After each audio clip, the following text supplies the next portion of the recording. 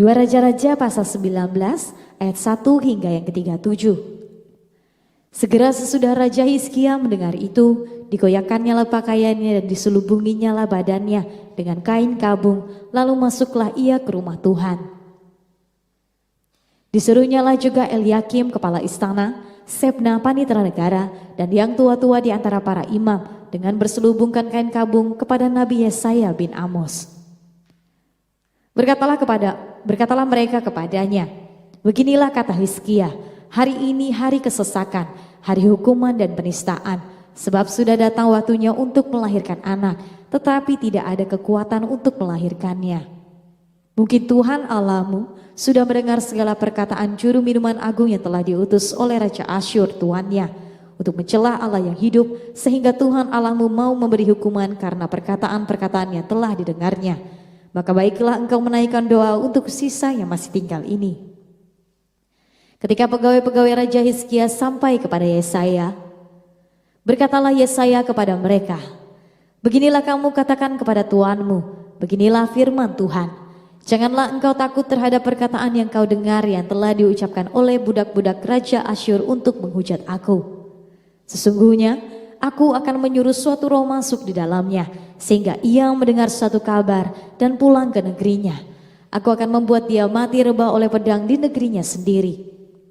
Ketika juru minuman agung pulang, didapatinya lah Raja Asyur berperang melawan Libnah, sebab sudah didengarnya bahwa raja telah berangkat dari Lakis. Dalam pada itu raja mendengar tentang Tirhaka Raja Ethiopia berita yang demikian.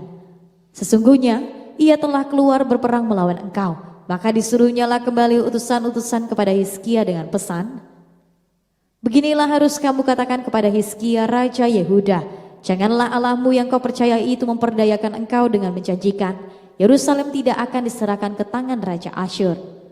Sesungguhnya engkau ini telah mendengar tentang yang dilakukan raja-raja Asyur kepada segala negeri, yakni bahwa mereka telah menumpasnya.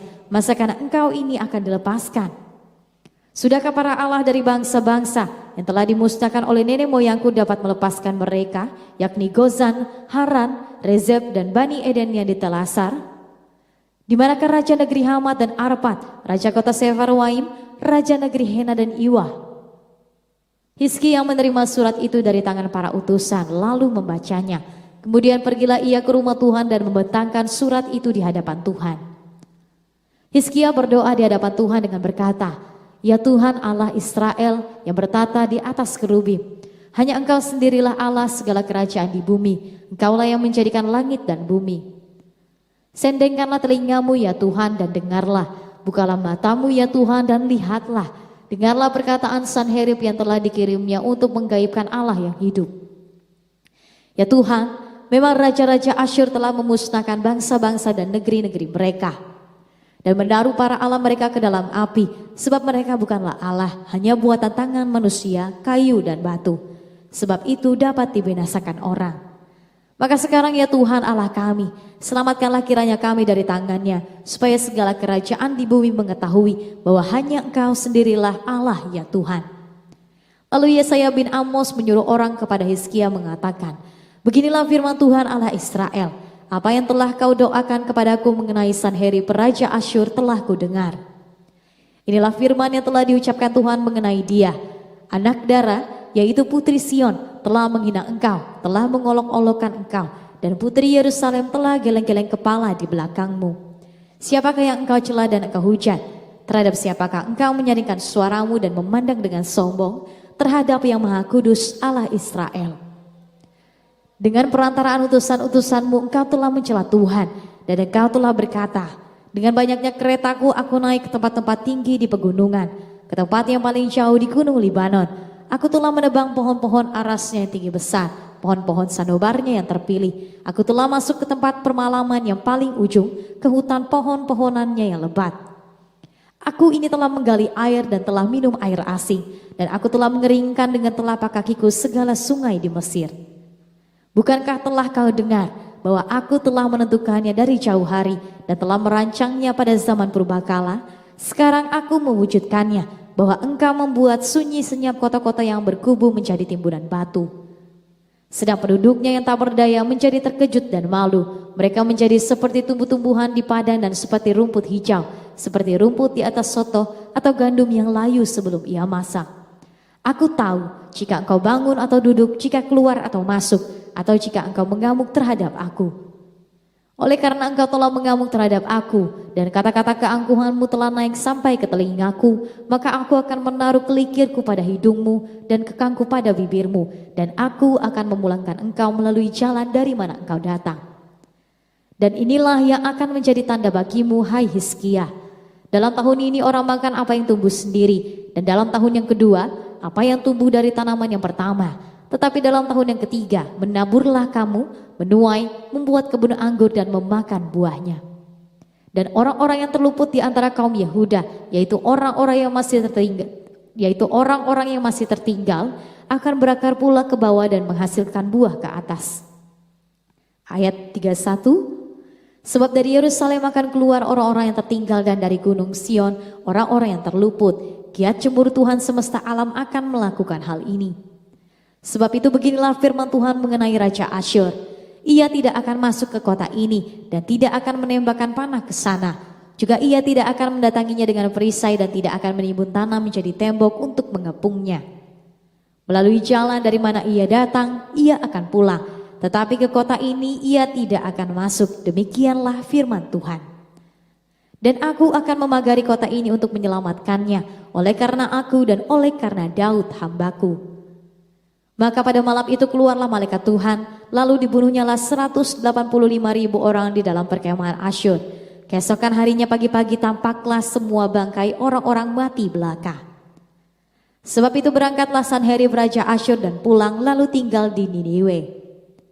Ayat yang ke-37, pada suatu kali ketika ia sujud menyembah di dalam kuil Nisroh Allahnya, maka Adramelek dan Sarezer anak-anaknya membunuh dia dengan pedang, dan mereka meloloskan diri ke tanah Ararat. Kemudian Esarhadon, anaknya, menjadi raja menggantikan dia. Oke. Shalom semuanya. Tuhan. Sudah kelima ya kita rally. Hari kelima nih. Belum selesai, masih jauh saudara. Kalau hitungan saya ini baru setengah atau sepertiga perjalanan Hizkia. Hizkia itu adalah contoh anak-anak Tuhan yang dari awal dalam penginjilan yang salah dilahirkan. Artinya bahwa orang-orang yang cuma mendengar berkat Tuhan, orang yang mendengar penyertaan Tuhan, orang-orang yang lahir dari yang namanya teologi kemakmuran. Di zaman sebelum kira-kira tahun 60-an, saudaraku. Itu zaman Pentakosta di Indonesia, dunia juga sama. Tapi dunia lebih dahulu di zaman Pentakosta itu kurang lebih 1920. Lahir penginjil-penginjil yang luar biasa, termasuk ada satu bersaudara. Itu saya baca buku 3 seri, 12 orang keberhasilan dan kegagalan hamba Tuhan. Jadi ada tiap seri itu 12 orang-orang yang dipakai Tuhan dalam kegagalan dan keberhasilan. Itu Robert Liardon yang tulis.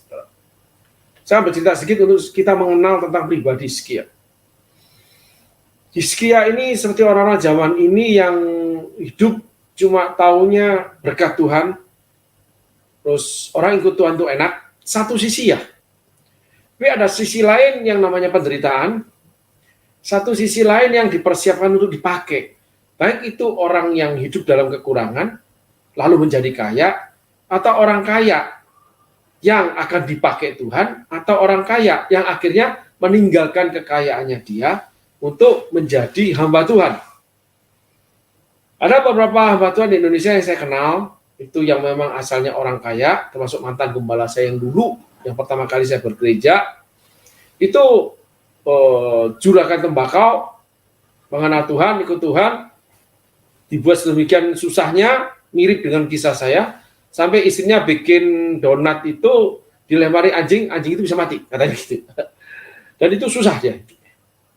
Akhirnya menjadi gembala yang termasuk terbesar Indonesia, dengan gereja yang sekian banyaknya sampai seluruh dunia ada cabangnya, hampir di banyak negara ada. Ada juga hamba Tuhan yang ikut kursus Alkitab dari Bogor, yang masuk ke dalam Kalimantan sehingga kukunya habis karena air Kalimantan yang menghabiskan kukunya. Demikian banyak teologi ya saudara, sehingga harus banyak sisi kita harus belajar. Nah, sisi Hizkia ini kalau saya boleh melihatnya, kalau di zaman Yesaya, dia dipimpin Yesaya, itu Hizkianya yang salah. Sehingga saudara kalau berbicara tentang firman Tuhan, berbicara tentang kebaikan Tuhan, berbicara tentang keadilan Tuhan atau kasih Tuhan, saudara harus lihat dari berbagai sisi.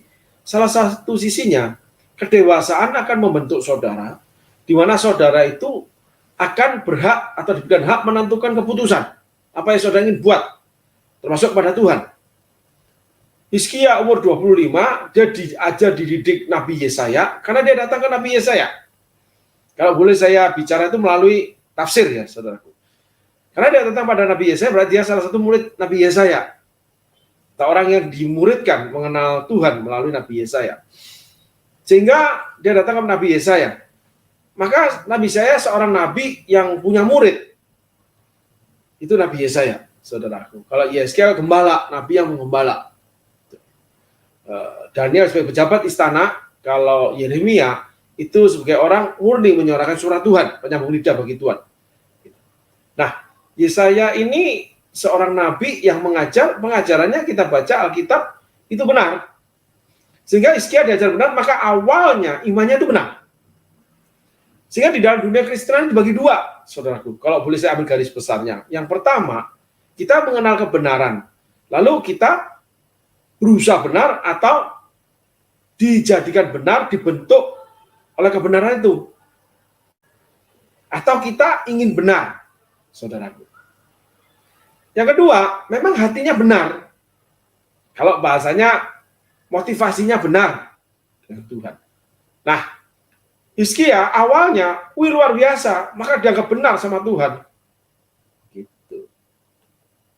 Jatuh cinta, betul-betul sama Tuhan. Ketika jadi raja, wah, banyak anak Tuhan seperti itu, punya janji nih, gitu.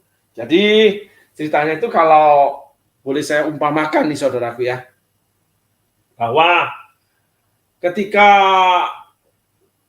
Hizkia belajar Tuhan, mengenal Tuhan, dia punya janji, kalau seandainya aku jadi raja, aku akan melakukan ini.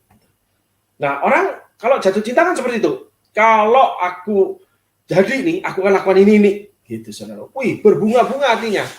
Sehingga ketika itu dijadikan Tuhan, wih, dia lakukan yang terbaik buat Tuhan. Dia lakukan yang terbaik buat cintanya, saudara. Wah, cintamu lebih nikmat dari anggur. Waduh, kemana-mana nih, pinginnya berdua nih. Lihat mukanya aja udah seneng nih, dan sebagainya. Normal, saudara. Normal.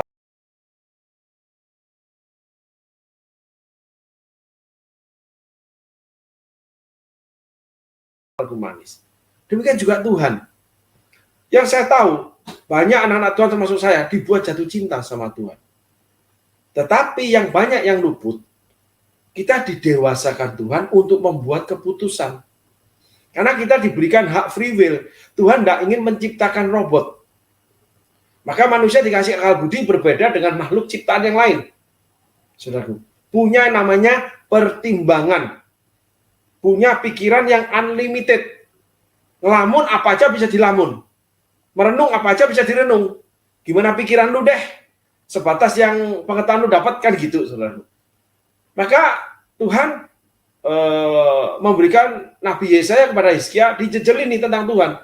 Karena Nabi Hizkia cukup fanatik sama Tuhan. Maka ini anak fanatik 25 tahun jadi raja. Wah, dia lakukan terbaik. Usia jatuh cinta yang penuh emosi. Nah, berdasarkan waktu setelah 14 tahun, karena Tuhan tuh nggak pernah berhutang. Apa yang kamu tabur, kamu tuai. Hizkia menuai yang baik. Dia robohkan tempat persembahan termasuk ular yang dari tembaga yang Musa yang buat itu. Dirobohkan sama dia. Akhirnya kedengaran sama Sanherib. Nah, Tuhan terkesan banget. Maka dipuji-pujilah Hizkia. Kita udah belajar di puji Tuhan tidak mengubahkan sesuatu loh. Dan hari ini kita belajar, kita melakukan apapun untuk Tuhan tidak mengubahkan sesuatu. Tidak mengubahkan dirimu. Jatuh cinta itu mengubahkan fokus dan emosi kita. Tapi tidak mengubahkan karakter kita.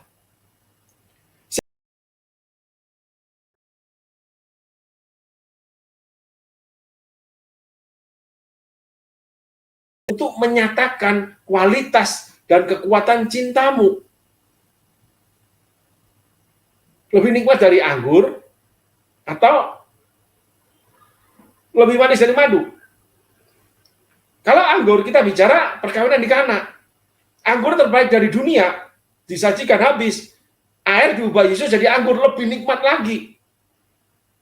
Sehingga cinta sejati itu lebih nikmat, saudaraku, daripada cinta yang cuma cinta-cintaan. Maka Yesus mati di atas kayu salib. Cinta yang penuh pengorbanan. Gitu. Kalau cinta Hizkia, emosi di awal. Ketika sudah dapatkan sesuatu, udah ditinggal. Banyak anak remaja sekarang. Udah diperawanin nih, hilang sudah. Udah dikawinin, udah. Gak ada harganya kamu sudah. Gitu. Contoh aja, saudaraku. Gak tahu kalau saudara pelaku ya. Saya juga gak tahu. Gitu. Sehingga hati-hatilah dengan cinta. Termasuk engkau yang dicintai atau mencintai. Karena kualitas dan kekuatan cinta itu nyata. Yesus nyata kualitasnya, kekuatannya. Dia mati di atas kayu salib, sampai sekarang dia berjuang untuk kita. Stabil, konsisten. Jadi kalau ingin A, tetap A. Bukan ingin A, nanti dirubah B. Lalu terjadi pertengkaran. Lu kan kamu janjinya dulu A katanya. Sekarang kok jadi B? Dulu kamu begini, sekarang kok begitu. Oh iya, kan kamu begini-gini. Maka beradu, berbantah, berargumentasi. Apalagi kalau melalui chatting, lebih enak. Kenapa? Nggak ketemu orangnya, nulis seenaknya. Jadi aja nggak karu-karuan. Emosi tertumpah, nggak karuan, nggak ada batas soalnya, nggak ketemu orangnya. Karena menguras emosi, jatuh cintanya masih emosi, belum dewasa. Hizkia penuh emosi. Setelah 14 tahun dewasa, ternyata keputusan dia, itulah cintanya kepada Tuhan. Kualitas dan kekuatannya tidak seberapa. Cuma mengharapkan Tuhan memberkati, banyak orang Kristen yang diberkati Tuhan punya kualitas seperti Hizkia. Maka Alkitab mencatat, itu pembangunan rumah Allah, itu dari emas, perak, permata, kayu, dan sebagainya. Ada tembaga, ada besi, saudaraku. Itu kualitas cinta kita terhadap Tuhan, terhadap rumah Tuhan, dan sebagainya. Termasuk dalam sesama manusia. Ketika mengingini, ngejarnya luar biasa. Ketika udah dapat, ya digeletakin. Karena memang cuma mengingini anunya, itunya, uangnya, masa depannya, atau cantiknya, atau tenarnya seseorang. Dompleng tenar. Banyak saya lihat di TV artis yang akhirnya dompleng tenar. Bahkan dari kawin kontrak. Kelihatannya cinta, kelihatannya tanggung jawab, setelah itu digeletakin. Karena udah dapat semuanya. Itu kualitas cintanya. Hizkia sama. Sampai bangsa Filistin yang besar dikalahkan sama dia. Karena Tuhan menyertai. Ditulis di Alkitab. Dan Tuhan menyatakan Hizkia benar. Belum ada Raja Yehuda. Dan setelah Hizkia nggak pernah ada lagi. Seperti Hizkia yang hidup benar. Wih, luar biasa. Ternyata benihnya, cintanya aslinya, itu setelah dewasa baru muncul. Setelah punya duit baru muncul. Setelah tenar kembali baru muncul. Hizkia kan tenar akhirnya ditakutin. Gitu. Setelah. Maka berubah, berbeda, nggak stabil, nggak konsisten. Itulah anak-anak muda, yang muda rohani, orang-orang muda, sampai ke orang-orang tua yang memang cintanya itu cuma ya sebatas itu aja. Mungkin uang. Gitu. Suami pulang bawa uang Baik. Kalau udah tanggal tua, kopi pahit, untung kopi, kadang turun, teh tawar. Ditanya marah-marah. Mungkin ceritanya begitu, saudara. Tapi kalau cinta itu stabil, memang nggak cukup. Memang nggak cukup. Tetapi dia hidangkan sampai mencukupi 30 hari. Istrinya cintanya luar biasa. Loh, kok kopinya dikit? Ya, biar cukup 30 hari. Kamu kan ngopi 30 hari. Tapi kalau nggak ada kopi gimana? Makanya aku akalin, aku kasih lebih sedikit. Oh ya, atau kurang kental. Loh, kok nggak kental? Ya, supaya cukup 30 hari sampai kamu gajian lagi, aku bisa belanja kopi. Ya gimana, uangnya nggak cukup. Nggak ngomel, tapi stabil. Menyenangkan hati suami. Demikian juga suami. Gaji pas-pasan, ya nggak usah jajan. Gaji pas-pasan, ya nggak usah kemana-mana. Ya di rumah, jadi anak baik-baik dulu. Kalau keluar, cuma untuk mencari tambahan uang buat keluarga. Ketika saya ikut Tuhan susah, sampai sekarang, saudaraku, saya itu nggak pernah ambil uang untuk beli keperluan saya pribadi. Belum pernah sampai hari ini, saudaraku. Tapi kalau kelebihan uang saya letakkan di rekening keluarga, jadi bagian keluarga. Seringkali uang jajan saya itu lebih. Nggak saya ambil. Tapi kalau saya perlu, kadang saya suka barang mahal. Saya cari yang namanya cicilan 0%. Setahun, gitu. Kalau kartu kreditnya nggak punya, pinjam teman. Saya cicil setiap bulan, karena kan saya dapat uang jajan tiap bulan. Nggak ambil uang keluarga, miliar-miliar uang keluarga itu, saudaraku. Saya punya hak, saya penghasil keuangan keluarga yang tunggal. Memang saya tidak izinkan istri saya bekerja. Soalnya kalau bekerja, nggak karu-karuan, saudaraku. Itu. Udahlah, biarin aku aja yang kerja, aku minta diberkati Tuhan. Diberkati. Jadi tanggung jawabnya itu stabil sampai hari ini, nggak ngambil. 30 tahun rumah tangga, 28 tahun melayani Tuhan, nggak ngambil.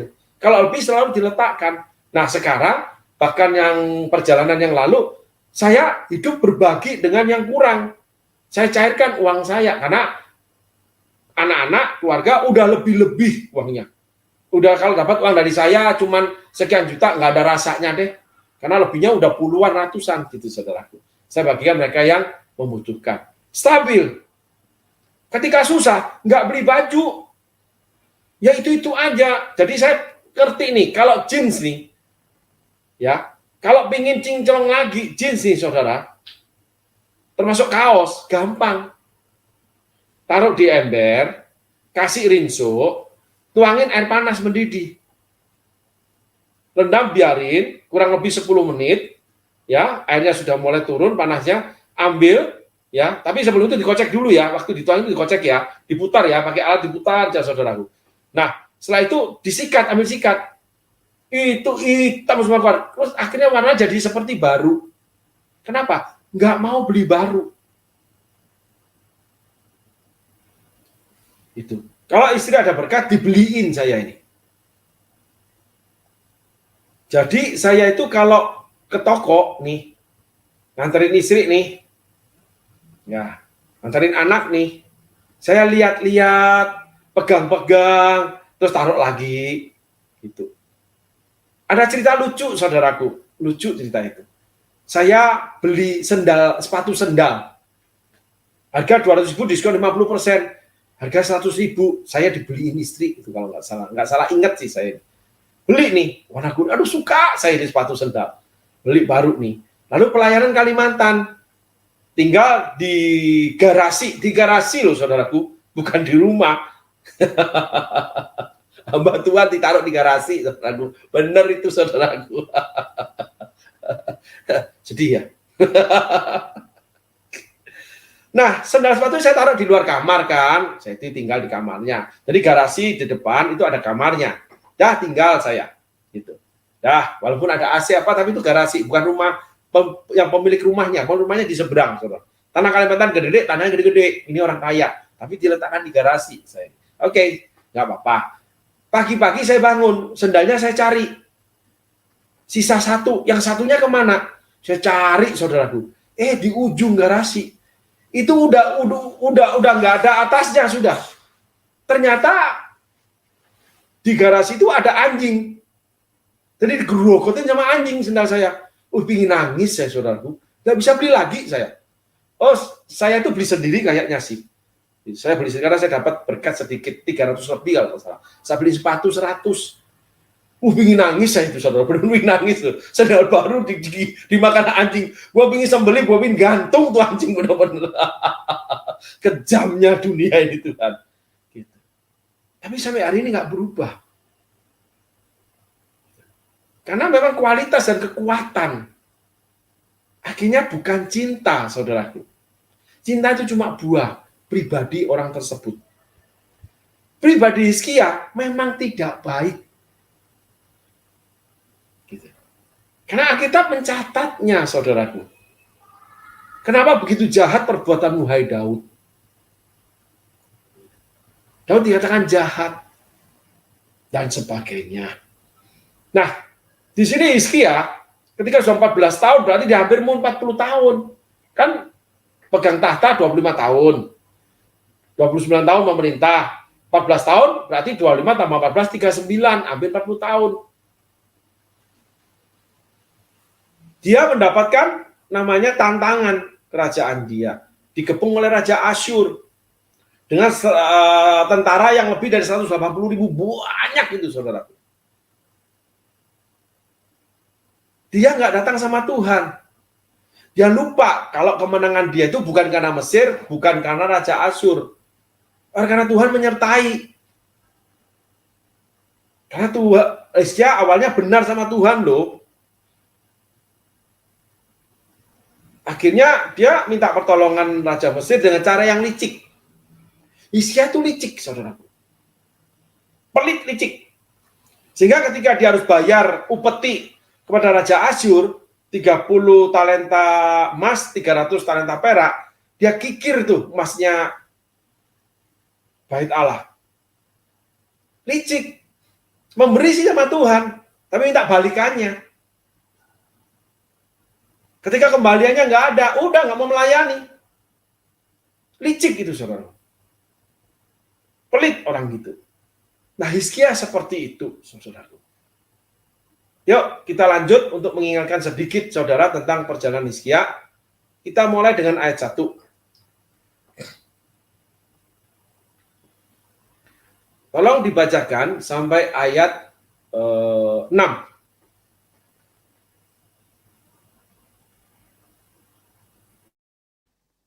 Dua Raja-Raja pasal 19 ayat 1 hingga yang ke-6.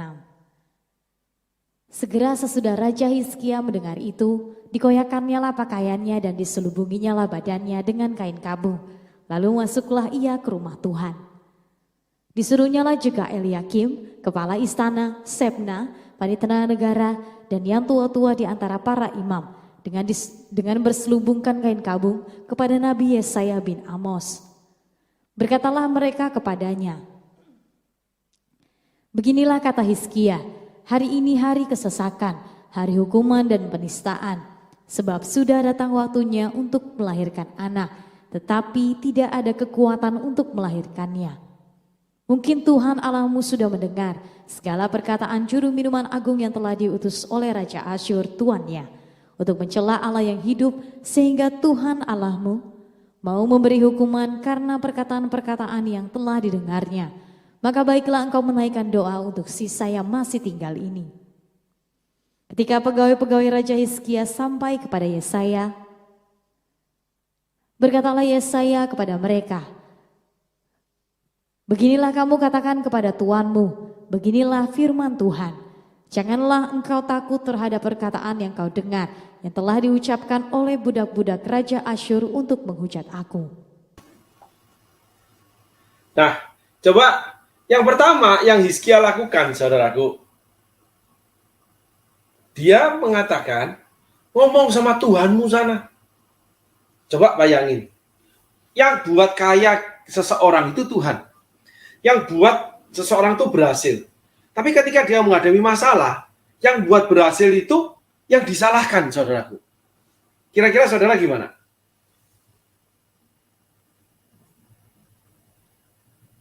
Halo?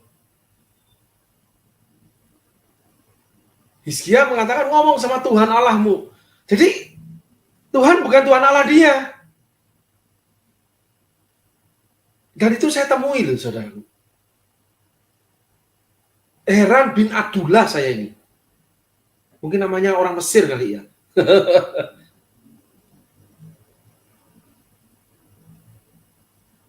Untuk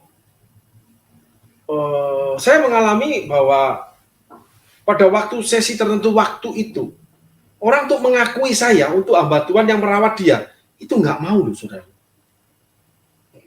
Alasan malu, atau dikutuki orang, atau dilarang oleh orang tua, mertua, dan sebagainya, mengatasnamakan hikmat. Yang penting jalan dulu selamat. Nah itu tipe Hizkia. Hizkia itu yang penting selamat. Nah, ketika udah pelayanan ini masuk media sosial, baru berani ngomong. Oh di mana? Oh di ini Galaxy jika Smart People. Itu. Sekarang aku berani ngomong, bangga aku ngomongnya. Dulu nggak berani, malu aku ngomongnya. Karena sudah masuk media sosial kita. Apalagi wajahku dipajang di pertigaan. Aneh kan? Ngomong itu dengan tertawa loh saudaraku. Nggak ada rasa malu. Padahal kaya karena diajar. Bukan kaya lah, punya sedikit duit lah. Karena diajar dari firman Tuhan di sini dan disertai sekian tahun pelayanan ini. Sehingga akhirnya berhasil. Dan saya tahu Tuhan buat berhasil. Tapi berani mengadakan pengakuan gitu. Sekarang aku berani, nggak malu lagi. Masya Allah, saudaraku. Itulah Hizkia. Orang yang cuma mau ketenaran, lalu bersandar pada orang kuat, orang berhasil, terus menyatakan cinta, memuji-muji. Orang itu tipe Hizkia, saudaraku. Nggak mungkin stabil cintanya. Nggak konsisten orang itu, saudaraku. Dia baik kalau dia membutuhkan. Dan orang itu selalu berpindah tangan. Berpindah tempat. Berpindah pekerjaan. Karena memang nggak setia. Itu pribadi, itu karakter. Orang itu nggak mau yang namanya malu. Nggak mau kalau mengakui kalau kalah, salah. Selalu pingin untung. Apalagi sportif, nggak ada. Dan biasanya orang situ pinter menipu. Salah satu mengingkari jati dirinya, maling kundang. Kalau orang teman-teman ini, kalau orang-orang Kristen ini, maling kandang. Kandangnya nggak diakui. Heran ya saudaraku ya. Itulah Hizkia. Dan Hizkia datang sama Tuhan, dia mencela Tuhan, dia masuk sama Tuhan, kain kabung, Tuhan tolong. Tapi Hizkia juga ingkar lagi loh saudaraku. Hizkia nggak mengubahkan. Jadi lebih lanjut, pertolongan Tuhan itu nggak mengubahkan pribadimu. Bejat-bejat aja. Jinah-jinah aja. Pelit-pelit aja. Boros-boros aja. Ketika menuju dewasa, proses kehidupanmu itu mestinya menempa kamu. Mengubahkan kamu jadi lebih baik atau lebih buruk. Itu kamunya, bukan tergantung situasi, bukan tergantung manusia, bukan juga tergantung Tuhan. Memang Tuhan sedang membentuk kamu, tetapi kamu berhak menentukan mau jadi apa dan siapa. Lebih sederhananya, contoh yang gampang, kamu lahir mungkin dilahirkan orang tua miskin. Tetapi setelah dewasa untuk menjadi berhasil dan sukses, menjadi kaya, itu keputusanmu. Bukan keputusan masa lalumu yang lahir dari orang tua miskin. Banyak orang kaya lahir dari keluarga miskin, orang berhasil dari keluarga miskin. Orang yang famous terkenal dari keluarga miskin karena perjuangan dia mengubahkan dirinya. Jadi nasib itu nggak ada di tangan Tuhan. Tuhan menentukan destinimu. Iya, kamu dipakai jadi raja seperti Daud. Tapi raja yang baik atau raja yang jahat, raja yang benar atau raja yang buruk, itu di tanganmu, bukan di tangan Tuhan. Kamu mau kaya, mau miskin, mau malas, mau rajin, kamu yang tentukan. Mau memberi apa minta, kamu yang tentukan. Semua kamu yang tentukan. Di mana hatimu berada, hartamu berada. Mau pelayanan ya kamu tentukan. Mau pelayanan sungguh-sungguh ya kamu tentukan. Mau pelayanan karena fasilitas ya kamu tentukan. Mau pelayanan karena dikasih duit ya kamu tentukan. Semua kamu tentukan. Sehingga nasibmu di tangan sendiri. Hizkia ini ditopang Tuhan karena raja dari rakyatnya. Umat Tuhan. Tapi tidak mengubahkan Hizkia. Awalnya aja cinta-cintaan. Perjalanannya tidak menyatakan cinta. Berubah-ubah Hizkia ini. Nggak stabil, nggak konsisten. Sehingga cintanya tidak berkualitas, tidak punya kekuatan yang tetap. Orang seperti itu tidak bisa diajak menderita. Cuma mau senang. Mau duitnya aja. Ada uang, abang sayang. Nggak ada uang, abang ditendang. Itulah kenyataan hidup. Sehingga kasih Tuhan di dalam pelayanan, di dalam kehidupan, di dalam pekerjaan nggak ada. Jadi Hizkia ini kasihnya nggak punya kekuatan tetap, palsu. Bukan emas, perak. Nanti turun lagi. Menghujat Tuhan, nggak mengakui Tuhan. Turun lagi. Jadi tembaga. Turun terus. Bahkan jerami dan rumput kering. Itu kitab Timotius.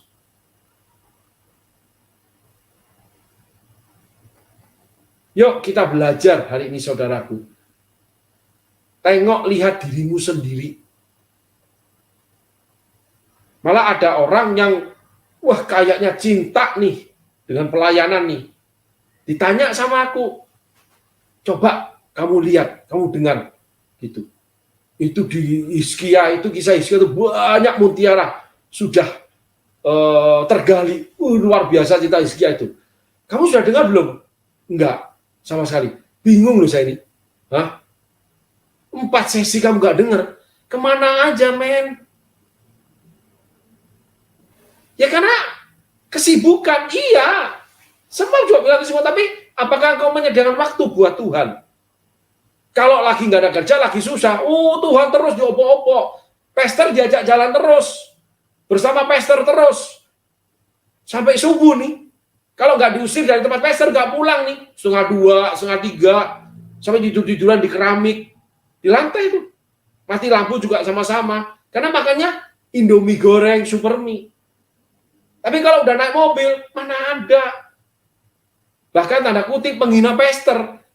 Hubungi pastor cuman ngajak makan. Dipikir pastornya nggak bisa makan. Habis itu digeletakin. Ada sebuah kisah yang mengajarkan sekali dalam hidup saya. Suatu kali saya gagal terbang. Saya balik turun lagi ke tempat gereja saya. Di mana ada sebuah pesta. Saya dijemput. Lalu saya diletakkan di sebuah kafe. Lalu mereka berpesta, saudaraku. Padahal itu namanya kecapnya, kecap cinta, saudaraku. Sampai sekarang ngomong kecap cinta. Di situ saya betul-betul terhenyak. Kenapa? Kualitas cintanya, kekuatan cintanya, cuman itu karena sudah punya duit. Hubungannya dibangun karena uang. Persahabatannya dibangun karena uang. Maka Yesus katakan bersahabatlah dengan mamon yang tidak setia. Lalu putuskanlah itu, maka kamu diterima di kemah abadi. Di kemah. Bukan di istana loh saudaraku. Yesus kasih umpamahan itu. Sederhanakanlah hidupmu. Sederhanakanlah pandanganmu. Termasuk dirimu sendiri. Sehingga kamu akan mengalami namanya cinta emas. Yohanes di Pulau Patmos. Petrus itu awalnya perjalanannya buruk banget, akhirnya baik. Dia mati disalibkan sama Yesus. Tetapi ada karakter tidak berubah, pengecut. Sampai kisah Galatia.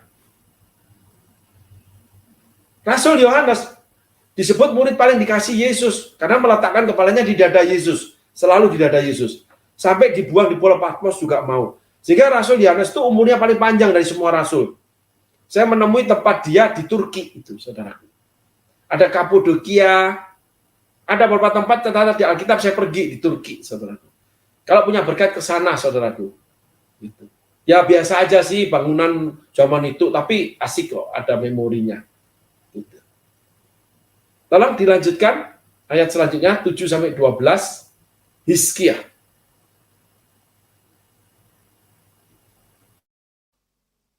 Ayat yang ke-7 hingga yang ke-12.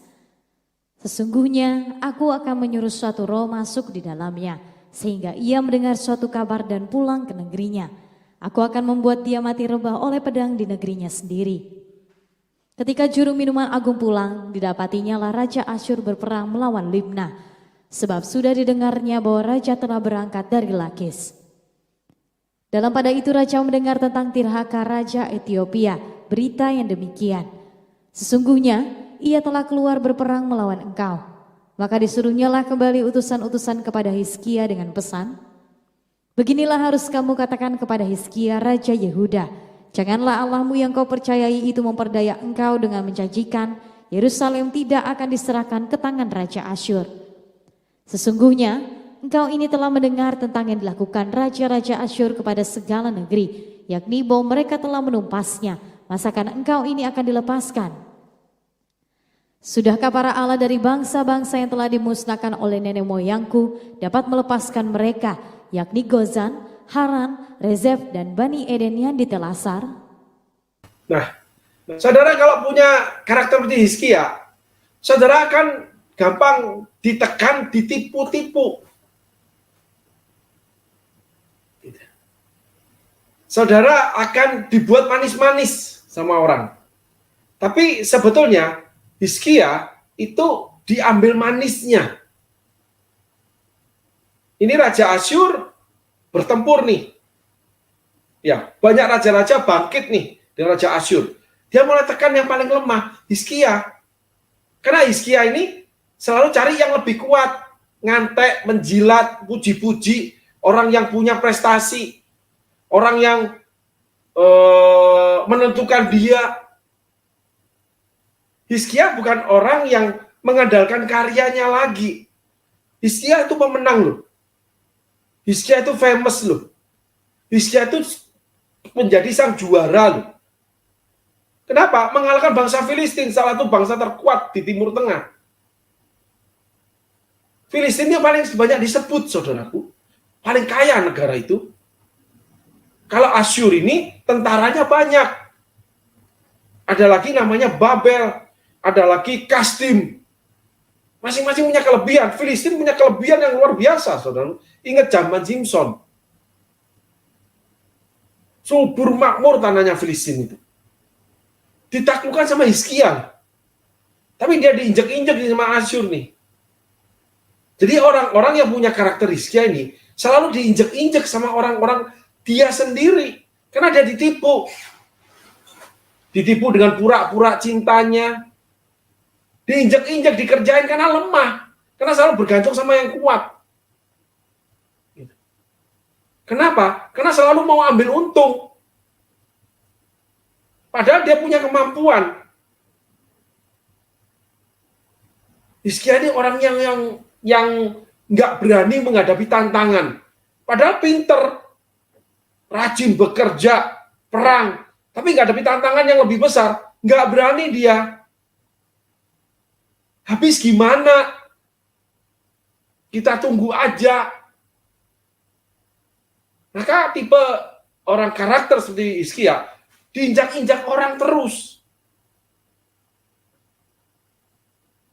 Baru Hizkia ini datang kepada Tuhan, ngata-ngatain Tuhan.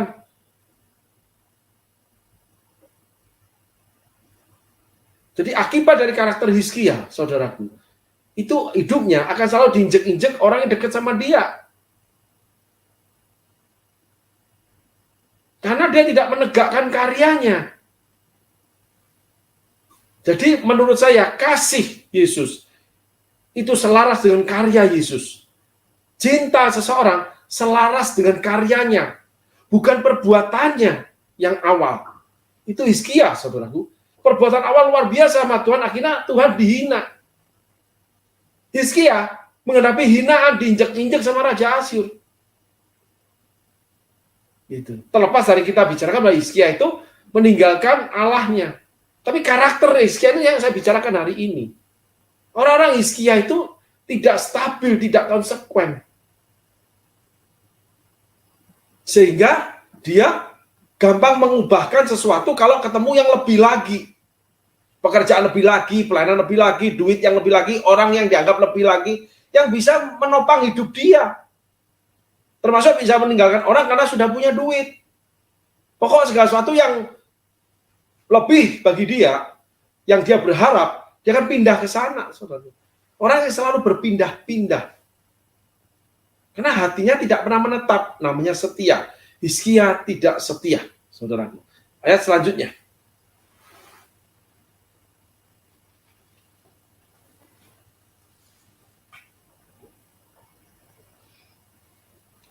Ayat 13 sampai 20.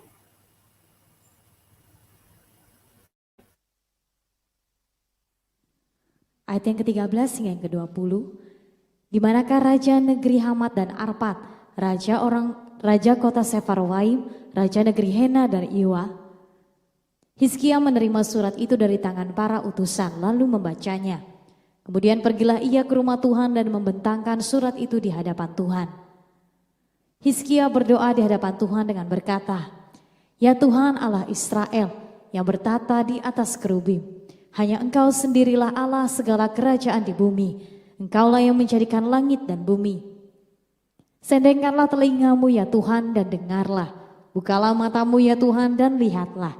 Dengarlah perkataan Sanherib yang telah dikirimnya untuk menggaibkan Allah yang hidup. Ya Tuhan, memang raja-raja Asyur telah memusnahkan bangsa-bangsa dan negeri-negeri mereka dan menaruh para allah mereka ke dalam api, sebab mereka bukanlah Allah, hanya buatan tangan manusia, kayu dan batu. Sebab itu dapat dibinasakan orang.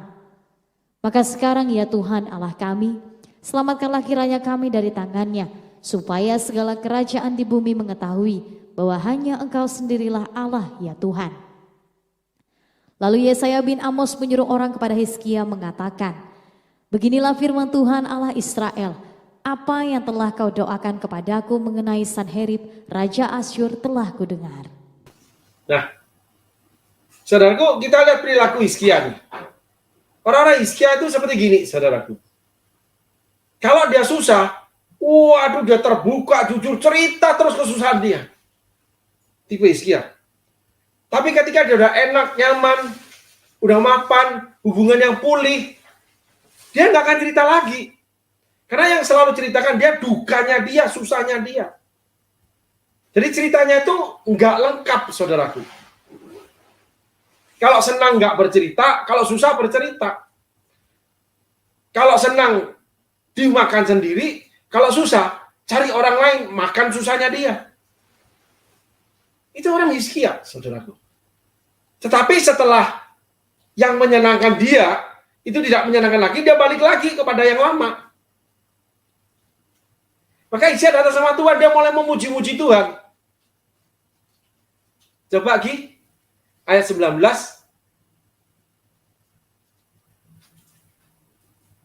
Maka sekarang ya Tuhan Allah kami, selamatkanlah kiranya kami dari tangannya, supaya segala kerajaan di bumi mengetahui bahwa hanya Engkaulah sendirilah Allah ya Tuhan.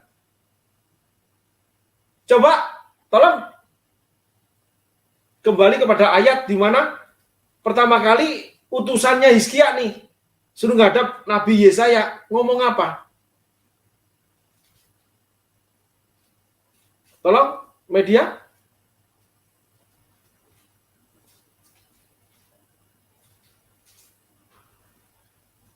Yang awal.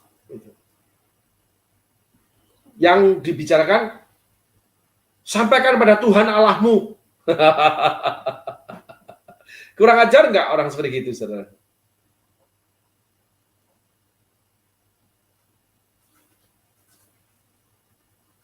Di scroll aja ke itu.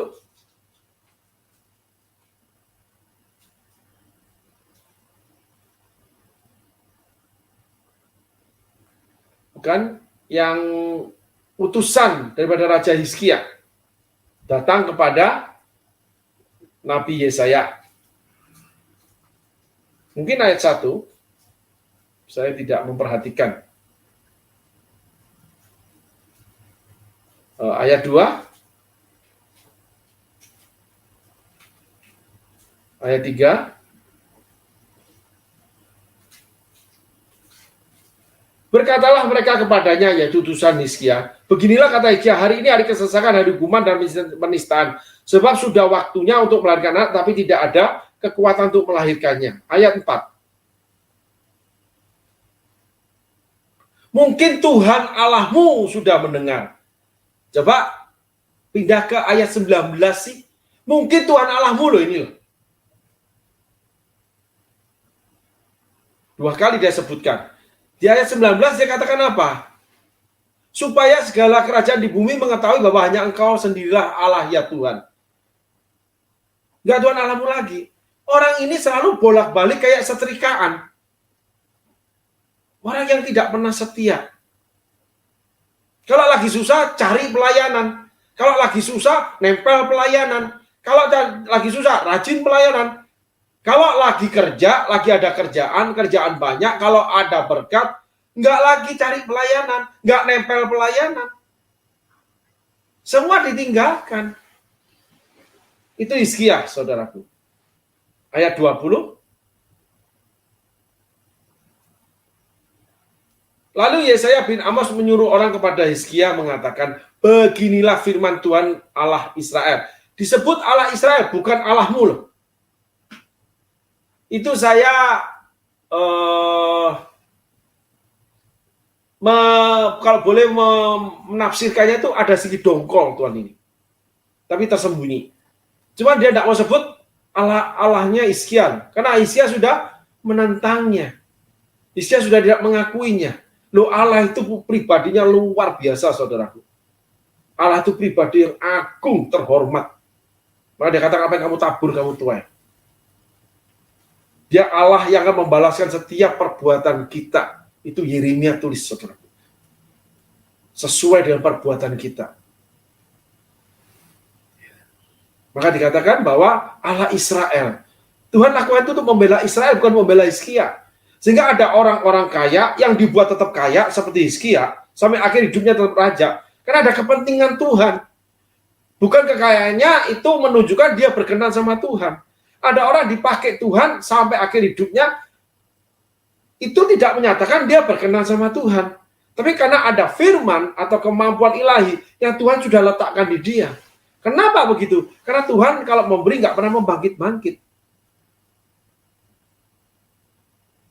Terlebih lagi ada kepentingan Tuhan atas orang itu. Sehingga orang kalau lari dari pelayanan, orang yang tidak mau pelayanan itu hukumnya berat, saudaraku. Karena ada jiwa-jiwa, ada nyawa manusia yang harus dimenangkan. Yang akhirnya banyak yang tergeletak, saudaraku. Gitu. Sehingga jungkir baliklah. Salah satunya perjalanan kekristenan saya, perjalanan saya untuk melayani, itu banyak ketemu hamba-hamba Tuhan yang seperti itu. Sehingga jungkir balik saya ini. Kenapa? Karena mereka tidak mau terima risiko. Kalau ketemu Tuhan kerja, saya itu pernah dipeluk seorang gembala yang besar, saudaraku. Saya datang ke kantornya setelah pertama kali datang, saya suruh khotbah di sel grupnya dia, di rumah dia, rumah gembala. Itu Tuhan lawat nangis semua. Ya, entah kakinya saya injek atau gimana, saya juga nggak tahu. Gitu. Besok paginya langsung, udah di sini aja Ren, jadi anak om. Wih, gila loh. Tapi begitu saya miskin, saya bla bla bla. Dari kamar AC diletakkan di kamar belakang. Gudang, saudara yang dikasih ranjang. Sehingga ketika suatu hari saya diusir, saya pergi ke Surabaya, saya nggak punya ongkos, tapi bayarnya kan nyampe baru bayar, pakai travel. Nyampe, saya cari orang yang punya rumah, aku pinjam uang ya, saya ingat 30 ribu lebih, apa 15 ribu gitu, saudara. Untuk bayar travel, oh ya Pak, ambil aja, pakai aja. Di jalan tuh deg-degan, nggak karuan saya ini, saudara. Kalau orangnya nggak ada gimana? Aku dibuat ban sama mobilnya, sama supirnya. Digelindingin aku nanti. Karena diusir. Diusir dengan cara apa? Dipesankan travel, nggak dibayarin travelnya. Padahal hamba Tuhan besar loh, saudaraku. Kejinya perbuatannya, saudaraku.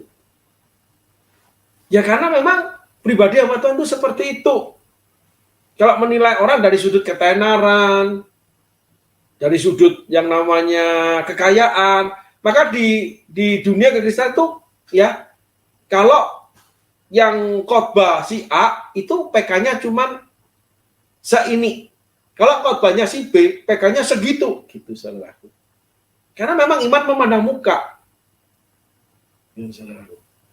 Katanya kalau khotbah, kalau memberi, dengar dulu suara Tuhan. Tuhan yang mana, saudaraku? Udah nggak mau lanjut deh, khotbah aja deh. Bahas firman aja, tidak banyak sakit hati lagi. Beginilah firman Tuhan Allah Israel. Apa yang telah kau doakan kepadaku mengenai Sanherib, Raja Asyur, telah ku dengar. Lah, orang-orang seperti itu doa tetap didengar Tuhan loh. Jadi kalau doamu didengar Tuhan, Tuhan nggak usah bangga. Nggak menyatakan kamu berkenan kepada dia. Ini Hizkia. Khotbahmu dengan Tuhan nggak menyatakan pribadimu luar biasa di hadapan Tuhan. Kamu adalah kamu, Tuhan adalah Tuhan. Nggak ada hubungannya, bro, sis. Yang dapat mengubahkan kamu adalah kamu sendiri. Untuk menjadi apa dan siapa. Lalu harus bagaimana? Kita sendiri yang menentukan keputusan itu. Mau melayani, oke. Nggak mau melayani, boleh. Karena kalau melayani ada upahnya, memberi ada upahnya, air sejuk secangkir aja ada upahnya, belain hamba Tuhan ada upahnya, menerima kehadiran Tuhan di rumahnya seperti Obed-Edom ada upahnya, janda di Sarfat ada upahnya, Yesus ngomong air sejuk kepada pengikut, kepada murid ada upahnya. Semua ada upahnya, saudaraku. Apalagi kalau memberi di dalam kekurangan, janda di Sarfat. Sehingga seluruh dunia kekurangan, kamu kelimpahan. Sedikit improvisasi kesaksian, saudaraku. COVID terjadi, orang jungkir balik soal duit, saudaraku.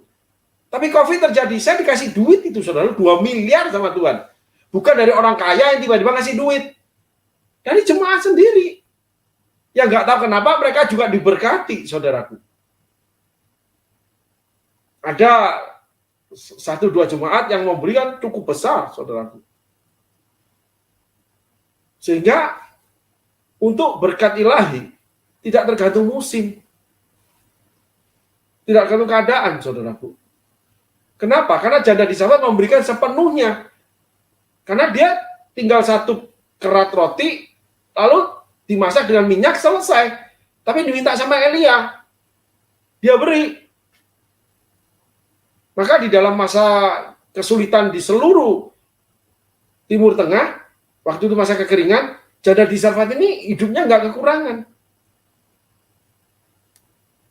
Ingat firman Tuhan yang selalu mengingatkan kita, harus selalu diingat. Tapi kita yang harus melakukannya dan mengingatnya, bukan Tuhan, saudaraku. Yuk, ayat selanjutnya.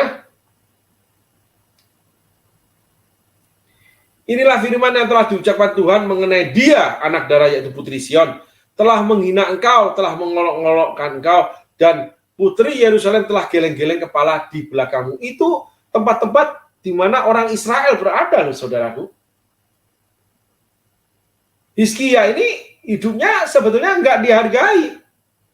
Karena usia muda, raja muda.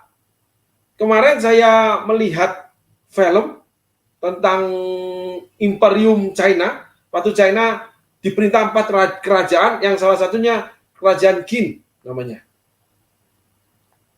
Itu ada kerajaan Wei, gitu. Itu kerajaan Qin ini raja tuanya meninggal. Lalu raja muda yang naik. Baru sampai titik itu, saudara. Banyak perang filmnya, suka saya lihat. Karena mencitrakan kepahlawanan, saudara. Saya belajar dari cerita-cerita sejarah salah satunya. Ya, yuk kita lanjut dari sejarah Raja Hizkia. Dia menghujat Tuhan, dia memuji Tuhan. Dia dimenangkan Tuhan, dibuat kaya, dibuat berkuasa, famous, dibuat juara. Tapi setelah itu dia tinggalkan Tuhan. Ketika tantangan datang, dia mulai datengin orang kuat, yang berkuasa, yang berhak menentukan dia. Mesir, Raja Asyur, puji-puji mereka. Nah, ketika nggak bisa nolong, balik lagi. Muji-muji lagi ke Tuhan. Padahal awalnya menghujat Tuhan. Petrus nangis, Hizkia nggak nangis. Nggak ada penyesalan. Karena otak dia cuma ambil untung. Nanti di akhir peristiwanya Hizkia selanjutnya, saudara kan tahu. Yang penting aku selamat, anaknya aja dikorbanin. Itu orang tipe Hizkia, yang penting untung, yang penting enak. Siapa aja dikorbanin. Sehingga nggak heran kalau saudara jadi korban. Gitu. Karena saya juga jadi korban. Karena di dunia ini ada banyak juga orang seperti Hizkia, saudara. Termasuk orang-orang di dalam gereja, orang-orang yang kelihatan terkemuka, orang-orang diberkati Tuhan, orang dipakai Tuhan, tapi nggak pernah setia hatinya. Ayat selanjutnya. Siapakah engkau celah dan engkau hujat? Terhadap siapakah engkau menyaringkan suaramu dan memandang dengan sombong terhadap yang Maha Kudus Allah Israel? Ayat selanjutnya. Dengan perantaraan utusan-utusanmu engkau mencela Tuhan dan engkau telah berkata, dengan banyaknya keretaku, aku naik ke tempat-tempat tinggi di pegunungan, ke tempat yang paling jauh di gunung Libanon. Aku telah menebang pohon-pohon arasnya yang tinggi besar. Itu pohon aras itu untuk rumah Tuhan. Pohon, kalau Kalimantan itu ulin, saudaraku. Pohon yang luar biasa bagusnya. Kuat pohon itu. Pohon-pohon sanobalnya yang terpilih. Ini untuk istana raja, untuk rumah Allah, saudaraku. Aku telah masuk ke tempat permalaman yang paling ujung ke hutan pohon-pohonnya yang lebat. Lanjut. Aku ini telah menggali air dan telah minum air asing dan aku telah mengeringkan dengan telapak kakiku segala sungai di Mesir. Lanjut. Itu tentang Musa. Bukankah telah kau dengar bahwa aku telah menentukannya dari jauh hari dan telah merancangnya pada zaman purbakala. Sekarang aku mewujudkannya bahwa engkau membuat sunyi senyap kota-kota yang berkubu menjadi timbunan batu. Ayat selanjutnya. Sedang penduduknya yang tak berdaya menjadi terkejut dan malu. Mereka menjadi seperti tumbuhan di padang dan seperti rumput hijau, seperti rumput di atas soto dan gandum yang layu sebelum ia masak. Aku tahu jika engkau bangun atau duduk, jika keluar atau masuk, atau jika engkau mengamuk terhadap aku. Jadi ceritanya Raja Asyur ini disertai Tuhan, saudaraku. Saya teringat tentang kerajaan setelah Salomo, bahwa Tuhan meletakkan musuh yang akan membuat kerajaan Israel terbelah dua, itu sejak zaman Salomo. Orang yang lari dari Salomo, tetapi di pelarian dia menjadi besar, saudaraku. Maka kerajaan Israel terbelah jadi dua, Yehuda dan Israel. Rehabiam dan Ahebiam, saudaraku. Jadi, kalau saudara ini tidak setia, saudara ini kalau main-main sama Tuhan, apapun itu, Tuhan pakai orang-orang, Tuhan pakai bangsa-bangsa lain untuk memukul saudara. Untuk menaklukkan saudara, membuat saudara takut dan sebagainya. Tetapi, untuk respon saudara, itu yang dicatat Tuhan. Raja Asyur ini, Tuhan yang besarkan. Di kitab-kitab yang lain Tuhan akan dapatkan. Saudara akan dapatkan Tuhan, akan tertulis Tuhan yang membesarkan Kasdim. Yaitu bangsa Babel, saudaraku. Ya, tapi kita belajar Yesaya dulu, baru nanti ke sana kita, Kasdim. Aku tahu jika engkau bangun atau duduk, jika keluar atau masuk, atau jika engkau mengamuk terhadap aku. Bayangin. Tuhan tuh tahu semuanya. Tuhan jaga kita dari semuanya. Tuhan juga pakai semuanya untuk meremukkan Hizkia. Bingung nggak, saudara? Kenali Tuhanmu. Tuhanmu tidak bisa main-main. Jadi kalau ngejar duit, hati-hati ketinggalan Tuhanmu nanti. Sebagai contoh, saudaraku, ada seorang anak Tuhan yang melayani Tuhan dengan rajin, betul-betul dari muda, menikah, punya anak. Lalu satu hari mati tabrakan. Anaknya hidup. Lalu ayahnya ini naik ke Taman Firdaus, ketemu malaikat.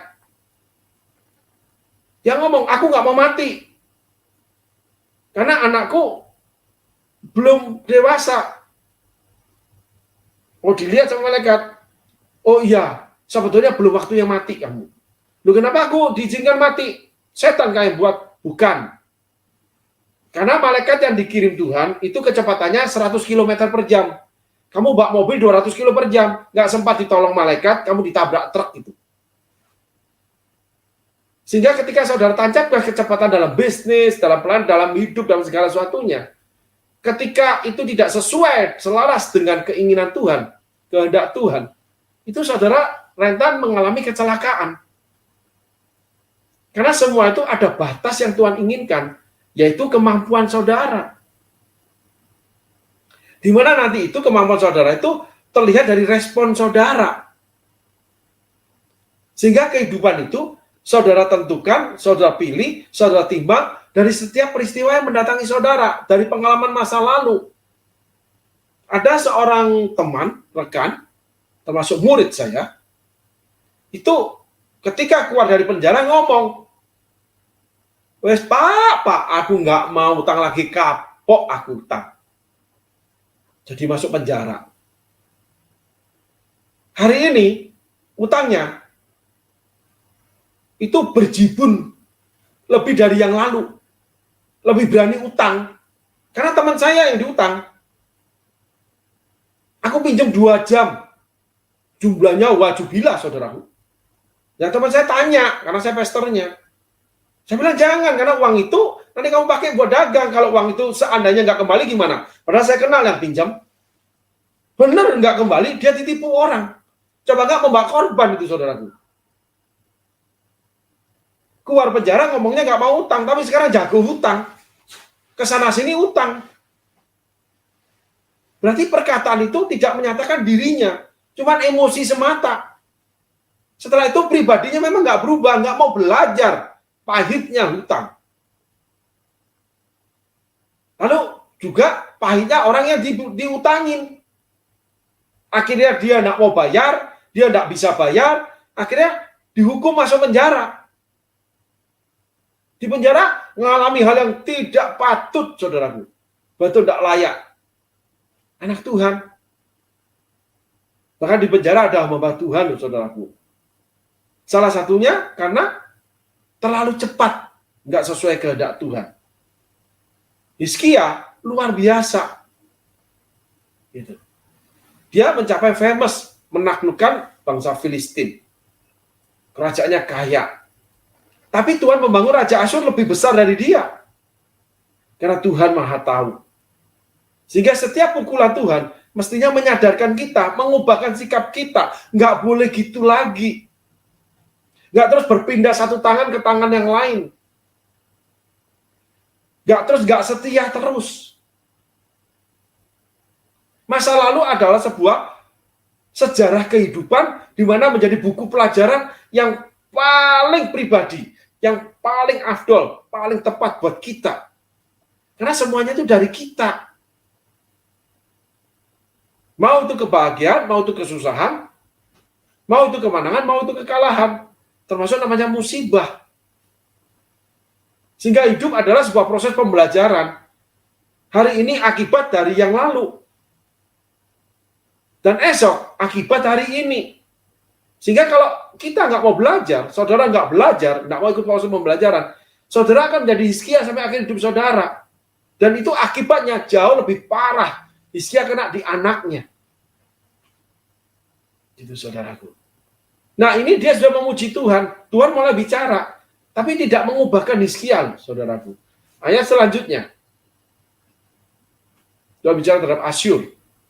Oleh karena engkau telah mengamuk terhadap aku, Dan kata-kata keangkuhanmu telah naik sampai ke telingaku, maka aku akan menaruh kelikirku pada hidungmu dan kekangku pada bibirmu, dan aku akan memulangkan engkau melalui jalan dari mana engkau datang. Ayat selanjutnya. Dan inilah akan menjadi tanda bagimu, hai Hizkia. Setelah dia ucapkan kepada Raja Asyur, dia ngomong sama Hizkia, dalam tahun ini orang makan apa yang tumbuh sendiri, dan dalam tahun kedua apa yang tumbuh dari tanaman yang pertama, tetapi dalam tahun ketiga menaburlah kamu menuai membuat kebun anggur dan memakan buahnya. Hizkia dibuat lagi kaya.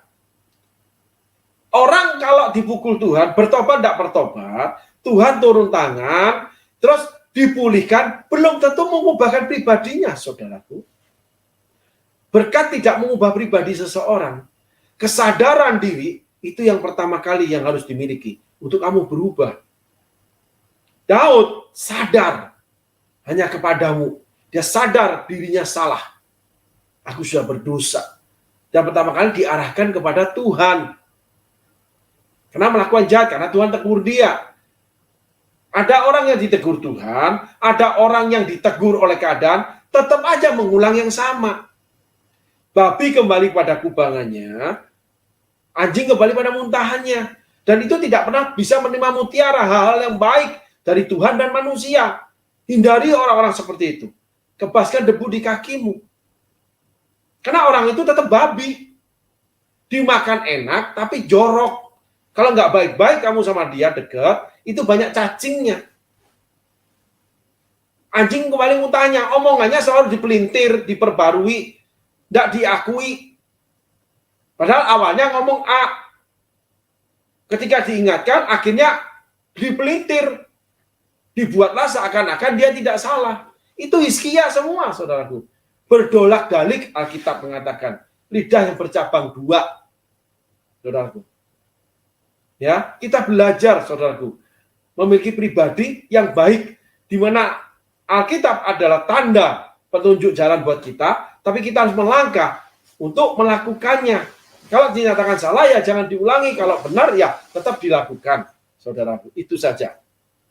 Ya, ayat selanjutnya.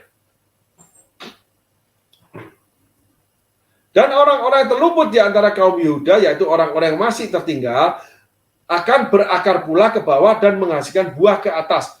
Semua berkat Tuhan, saudaraku, yang Tuhan bicarakan. Tapi tidak mengubah Hizkia, saudaraku. Lanjut. Sebab dari Yerusalem akan keluar orang-orang yang tertinggal, dan dari Gunung Sion orang-orang yang terluput. Dia cemburu Tuhan semesta alam akan melakukan hal ini. Saudara tahu nggak kalau kita berdolak-dalik? Itu akan bekerja namanya cemburu. Di suatu saat saya akan berikan pelajaran roh cemburu. 12 orang kuat, salah satu setan bekerja melalui roh cemburu. Bahkan ditulis, siapa yang dapat menahan cemburu dari laki-laki? Dari seorang laki-laki. Itu Alkitab tulis, saudaraku. Kalau 12 orang kuat, saya tuh belajar dari Ibu Indri Gautama. Khotbah beliau yang kurang lebih 20 tahun lebih yang lalu. Berupa kaset, saudaraku. Tentang okultisme. Itu saya dapatkan dari Ibu Indri Gautama. Bagus sekali pengajaran saat itu. Mengajar saya banyak. Ya, salah satu roh cemburu. Ayat selanjutnya. Sebab itu beginilah firman Tuhan mengenai Raja Asyur. Ia tidak akan masuk ke kota ini dan tidak akan menembakkan panah ke sana. Juga ia tidak akan mendatanginya dengan perisai dan tidak akan menimbun tanah menjadi tembok untuk mengepungnya. Zaman itu peperangan seperti itu, saudara. Dikepung. Samaria pernah dikepung. Sampai miskin. Gitu. Ayat selanjutnya. Melalui jalan dari mana ia datang, ia akan pulang. Tetapi ke kota ini, ia tidak akan masuk. Demikian firman Tuhan. Itu terjadi semua, saudaraku. Tapi Hizkia tidak berubah. Nubuatan Tuhan diberikan sama saya 56 nubuat. 2 malam yang lalu. Nanti pasti digenapi kalau itu dari Tuhan. Tapi tidak mengubahkan pribadi saya. Sayanya yang harus belajar berubah. Ayat selanjutnya. Dan aku akan memagari kota ini untuk menyelamatkannya. Oleh karena aku dan oleh karena Daud hambaku. Bukan karena Hizkia. Tapi Tuhan menjawab doa Hizkia karena aku dan karena hambaku Daud. Saudara jelas loh. Tuhan, kenapa kamu lakukan itu? Tuhan, kenapa memberkati aku? Kenapa gini? saya ada cerita improvisasi ya saudaraku ya, itu karena ini yang saya alami. Pada suatu kali istri saya salah melakukan keuangan dan saya marah besar, hampir kami berpisah. Lalu Tuhan suruh mengampuni. 3 kali saya menjawab Tuhan, 3 kali Tuhan juga menyangkali kalau saya sudah mengampuni. Akhirnya saya harus tetap melakukan apa yang sudah saya lakukan. It's okay, saya lakukan. Nggak sampai setahun, uang itu kembali, saudaraku. Yang satu nggak mungkin kembali uang itu. Makanya saya marah. Lalu saya datang sama Tuhan. Ketika saya merasa, loh, uangnya kok sama jumlah total dengan waktu kehilangan. Saya tanya, Tuhan, kenapa kok uang ini kembali? Saya ingat, belum sampai setahun deh Tuhan. Nah, saya lupa satu langsung jawab atau beberapa waktu kemudian, tapi dia menjawab gini, karena kamu mengampuni istrimu. Bagaimana pengampunan itu luar biasa di hadapan Tuhan. Dengan melakukan hal yang sama, gitu. Yaitu tetap memberikan kepercayaan keuangan kepada istri. Lakukan seperti yang pernah kamu lakukan. Karena tadinya saya mau rubah, tetapi saya diberikan hikmat Tuhan untuk memakai sistem perbankan. Jadi aman di bank, gitu saudaraku. Ya, ayat selanjutnya. Jadi Tuhan ini bekerja bukan karena doa Hizkia, tapi dia menjawab doa Hizkia karena dia sendiri, oleh karena hambaku Daud. Karena kepentingan Tuhan untuk umat Israel. Maka dia katakan, Tuhannya orang Israel. Maka pada malam itu keluarlah malaikat Tuhan, lalu dibunuhnya lah 185.000 orang di dalam perkemahan Asyur. Keesokan harinya pagi-pagi tampaklah semua bangkai orang-orang mati belaka. Gila, ngeri, saudaraku. Nggak bisa bayangin saya 180.000, saudaraku. Mayat. Waduh, gilanya itu. Banyak itu, saudara. Baunya kayak apa, saudaraku. Saya pertama kali masuk Kalimantan itu waktu terjadi pertikaian di Kalimantan, saudaraku. 20 tahun yang lalu. Dan banyak orang bercerita, termasuk teman saya pelayanan di Sampit. Itu masuk kota Sampit itu bau darah. Orang digantung, kepala dipotong, dan sebagainya, saudaraku. Ini 180.000 loh, saudaraku. Itu gila, saudaraku. Bangkai kayak seperti apa. Hati-hati. Kalau Tuhan ngomong pasti terjadi. Itu kelikir, ditaruh di hidung, baru kelikir itu, saudaraku. Kelingking ini loh, taruh di hidung. Bayangin. Coba kalau ditonjok. Hah? Jadi lemper kita ini. Setelah itu, Raja Asyur jadi bangkai. Rakyatnya 180.000, tentaranya jadi bangkai. Cuman itu taruh kelikir, saudaraku. Gila Tuhan itu, dahsyat, men. Mengerikan Tuhan itu, saudaraku. Tuhan jangan taruh kelingkingmu di hidungku, enak aja loh, gitu. Apalagi Tuhan kalau habis upil-upil. Bau loh Tuhan. Tenang, Tuhan sahabatku. Dia nggak lagi marah soalnya. Lanjut, saudara. Sebab itu berangkatlah Sanherib Raja Asyur lalu pulang, lalu tinggallah dia di Niniwe. Kayaknya luput ya. Jangan lihat orang salah itu luput. Oh enak. Oh bekerja tetap dapat duit. Wih banjir uang. Belum tentu. Lihat aja nanti. Wih mengancam. Enggak saudaraku. Saya mengenal Tuhan dari firman Tuhan. Saya lebih mengenal Tuhan dari setiap peristiwa kehidupan yang ada di saya. Baik itu menimpa saya sendiri. Baik itu menimpa seseorang. Setiap orang itu adalah guru buat saya. Setiap kehidupan orang lain itu adalah buku buat saya. Untuk mengajarkan saya yang baik dan tidak baik, yang benar dan salah, yang berkenan dan tidak berkenan, yang diberkati atau dihukum sama Tuhan. Hidup adalah sebuah proses belajar, saudaraku. Ayat yang selanjutnya. Pada suatu kali ketika ia sujud menyembah di dalam kuil Nisrok, Allahnya, hidup di dalam kekayaan nih. Hidup di dalam pekerjaan aman kan? Kata siapa? Kata siapa? Kalau tidak setia sama Tuhan, kata siapa lu aman? Maka Adramelek dan Sarezer, anak-anaknya, membunuh dia dengan pedang, anak-anaknya sendiri, kelikir taruh di hidung, anak-anaknya bunuh. Ih, tragis banget saudaraku. Ada orang-orang dianiaya anak sendiri, ada orang tua sama anak lagi masuk pengadilan. Gara-gara uang, gara-gara warisan, gara-gara aset. Bayangin, anak menuntut orang tua, ih sedihnya saudaraku. Dan mereka mau lolos ini ke tanah Ararat, kemudian Esarhadon anaknya menjadi raja menggantikan dia. Nah, inilah kisah Hizkia dengan namanya Raja Asyur yang dipakai Tuhan untuk memukul Hizkia. Tetapi Hizkia tidak bertobat. Hizkia adalah orang yang awalnya menggebu-gebu cintanya.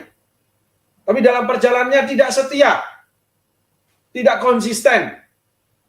Lalu bolak-balik. Pertama pengennya A, akhirnya enggak B. Ketika ditanya, enggak itu, oh alasannya ada, itu dosa Adam dan Hawa. Padahal, ya memang seperti itu. Lalu, Asyur, karena menghina Tuhan, maka Asyur dihabisi sama Tuhan. Oke, kita menginjak ke pasal 20.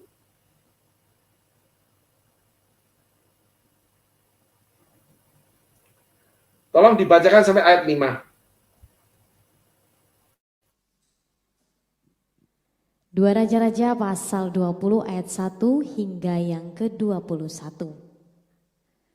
Pada hari-hari itu Hizkia jatuh sakit dan hampir mati. Lalu datanglah Nabi Yesaya bin Amos dan berkata kepadanya, "Beginilah firman Tuhan, sampaikanlah pesan terakhir kepada keluargamu, sebab engkau akan mati tidak akan sembuh lagi." Lalu Hizkia memalingkan mukanya ke arah dinding dan ia berdoa kepada Tuhan. "Ah Tuhan, ingatlah kiranya bahwa aku telah hidup di hadapan-Mu dengan setia dan dengan tulus hati, dan bahwa aku telah melakukan apa yang baik di mata-Mu." Kemudian menangislah Hizkia dengan sangat.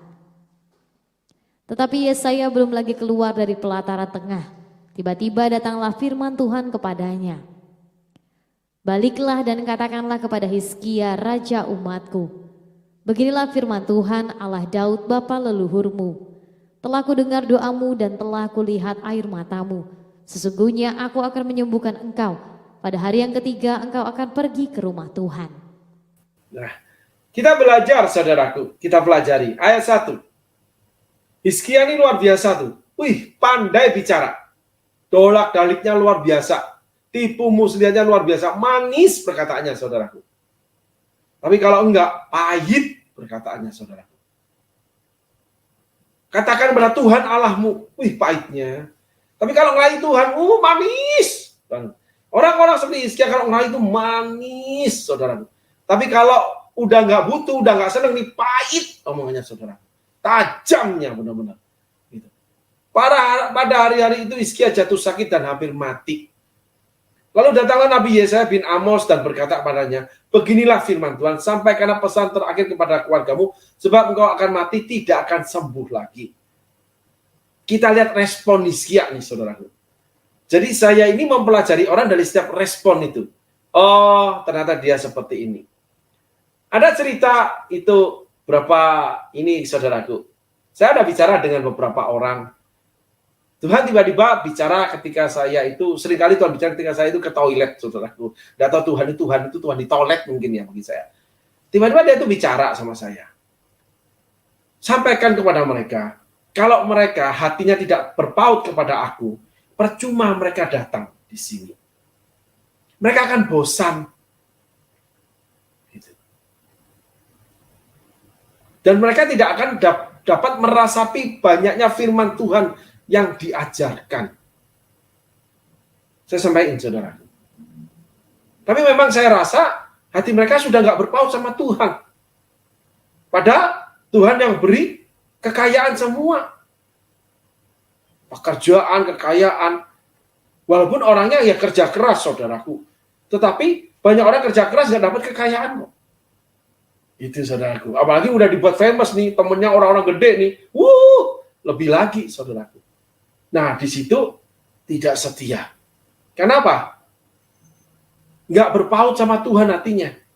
Berpaut, gitu saudara. Pada awalnya Hizkia hatinya berpaut kepada Tuhan. Kayak candelan kereta api aja, saudaraku. Bisa dicopot sama orangnya. Gandolan gitu, saudaraku. Itulah cinta. Pada hari itu Hizkia jatuh sakit, hampir mati, lalu datang Nabi Yesaya bin Amos. Ayat selanjutnya. Lalu Hizkia memalingkan mukanya ke arah dinding dan berdoa kepada Tuhan. Coba lihat kata-katanya ayat 3. Paling senang saya lihat kata-kata ini. Hizkia ini memang luar biasa kata-katanya. Ah Tuhan, ingatlah kiranya. Oh Yesus. Ini orang bisa-bisanya seperti ini. Banyak seperti ini, saudara. Manis seperti madu kalau butuh. Betul-betul. Nikmat seperti anggur cinta-cintaannya. Gila, saudaraku. Tapi habis itu, pahit, saudaraku. Nggak konsisten. Pindah-pindah terus. Cari yang kuat, cari yang hebat. Itu Hizkia. Saya ulang-ulang terus, saudara, terpatri. Karena ini penting, saudaraku, untuk yang namanya kesetiaan. Apa sih setia itu? Yang Tuhan katakan, ya ini sudah Hizkia, salah satu yang paling momen besar yang kita harus belajar. Bahwa aku telah hidup di hadapanmu dengan setia dan dengan tulus hati. Kata siapa? Banyak hal yang kamu sembunyikan. Banyak kamu tinggalkan. Awalnya terus terang. Akhirnya nggak terus terang. Semua tertutupi, tersembunyi. Kalau nggak enak, cerita. Kalau enak, ditutupi. Banyak orang seperti itu. Ketika miskin, cerita kekurangannya. Terus dibantu. Ketika kaya, boro-boro mau cerita. Diajak lihat ke rumahnya aja enggak. Bertahun itu, saudaraku. Nggak pengen kekayaan diketahui, takut diminta. Takut kesenangan diketahui, takut diolok mungkin. Atau takut dimarahin mungkin. Pemikiran-pemikiran yang salah, saudaraku. Nggak stabil, nggak konsisten. Allah itu setia. Walaupun kita tidak setia, Allah itu konsisten. Ini coba kata-katanya. Setelah Hizkia kata-kata Tuhan. Kita Hizkia dulu ya. Ingatlah kiranya bahwa aku telah hidup di hadapanmu dengan setia dan dengan tulus hati, empret. Dan bahwa aku telah melakukan apa yang baik di matamu, empret. Karena kamu dapat sesuatu dari Tuhan. Kamu dapat sesuatu yang kamu inginkan. Kamu enak hidupmu. Itulah Hizkia. Tapi setelah enak, apa yang dilakukan? Apakah kasih setia tetap? Enggak. 14 tahun kemudian Hizkia sudah berpaling dari Tuhan. Hatinya menjauh dari Tuhan. Karena udah kaya, udah terkenal. Sangat mengkhawatirkan orang-orang seperti Hizkia dalam kesetiaan. Dan banyak di dalam orang Kristen, saudaraku. Kalau lagi miskin datang berdoa, doa pagi, doa siang, doa malam. Doa terus sudah. Mau 3.000 kali berdoa dia. Kalau udah nih punya duit, susahnya. Ditambah pelayanan, marah sudah. Ada kepentingan yang lain. Orang ini tidak setia, saudaraku. Dan bahwa aku telah melakukan apa yang baik di matamu, kemudian menangislah Hizkia dengan sengat. Saudaraku, orang tipe Hizkia itu kalau ngomong ada bloknya. Dia ngomong ini memang ada benarnya, awalnya seperti itu, tapi akhirnya dia tidak cerita. Jadi ada orang yang karakter Hizkia, dia ceritakan yang baik-baik aja terhadap kamu. Aku ini kurang apa? Aku tuh sudah begini. Tapi yang tidak baik, dia tidak pernah mau ceritakan. Orang benar itu akan bercerita keberadaan dia. Ya memang aku kekuranganku begini. Aku ini begini. Itu memang kelemahanku. Aku mau belajar. Belum bisa. Ya silakan aja mau terima aku kayak gini. Kalau enggak, ya enggak apa-apa. Enggak usah. Ada orang ngomong begini sama aku. Itu pastor kalau khotbah kok ngamuk-ngamuk sih? Ngomongnya. Ngomong kok nada tinggi, kok keras? Enggak. Memang emosi saya selalu mengikuti setiap kegerakan saya, termasuk pembicaraan saya. Jadi kalau saya lagi semangat, itu ngomongnya itu semangat. Kalau nggak semangat, ya ngomongnya nggak semangat. Gitu. Saya orang yang flow by emotional. Jadi saya mengikuti emosi saya. Tapi di sana saya juga belajar, saudaraku. Pelan-pelan belajar. Karena memang dari kecil kelemahan saya adalah emosi. Emosi yang terpendam ketika terbuka itu jadi seperti lautan yang bergelora, saudaraku. Tapi ada orang yang bisa mengatur emosinya. Ada orang yang bisa mengatur menyembunyikannya. Ada orang yang bisa berbicara dengan sepatah kata baik, sepatah kata tidak baik. Tapi bukan dari emosinya. Dari akal-akalan dia. Dia ada bloknya. Jadi kalau ketemu dengan si A kadang gini, saya mesti gini. Contoh. Ya, ngomong di luar tuh jelek-jelek nih saudaraku. Tapi kalau ketemu orangnya, baik-baik sudah. Itu. Nah itu golongan Hizkia, saudaraku. Seperti itu. Hizkia ngomong sama Tuhan, dia ngomongkan benar awalnya 14 tahun. 15 tahun kemudian tidak seperti itu. Gitu. Bisa mengerti ya saudaraku ya. Dan dalam 14 tahun sampai titik 14, dia sudah melakukan hal yang buruk banyak sekali. Tapi dia sembunyikan. Nggak ingin diketahui. Sehingga seringkali saya melihat berteman, itu berkenalan, berhubungan tuh, kok sekarang saya nggak tahu ya keadaanmu ya. Kok nggak kayak dulu ya. Kamu selalu cerita deh. Gitu saudaraku. Saya kadang berpikir, dulu, aduh kalau datang ketemu saya tuh nangis, cerita, wis pokok susah, dan banyak hal yang Tuhan tolong melalui pelayanan dan sebagainya lah saudaraku. Tapi ketika, loh kok nggak datang, oh kok nggak gini, kok gitu, itu nggak ada berita. Tapi kalau ketemu seperti biasa saudaraku. Padahal di dalamnya ada hal-hal yang luar biasa saudaraku. Tapi nggak mau cerita. Sehingga lama-lama aku nih sadar, kok kayaknya dia sembunyiin hartanya deh. Kayaknya dia kalau cerita, kalau dia punya utang gede itu dia cerita. Kalau harta dia nggak pernah cerita itu rumahku. Sadar saya di lama-lama mikir. Lama-lama, bentar dulu. Mikir dulu sabar. Itu. Kalau lagi ribut nih, berantem nih, cerita nih, lalu hubungan buruk cerita. Kalau udah yang-yangan nih, nggak cerita lagi. Ceritanya hilang, pudar, buruk lagi, cerita lagi, saudaraku. Banyak orang seperti itu. Ketika miskin datang cerita. Dengan 1001 motivasinya. Tapi ketika udah punya duit, disembunyikan. Takut diminta kali ya. Nggak ada suara memuliakan Tuhan itu. Kesaksian.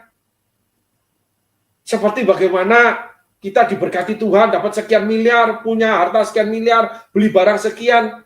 Nggak ada itu. Semua disembunyikan. Takut orang tahu minta kali ya. Dan itu Hizkia, saudaraku.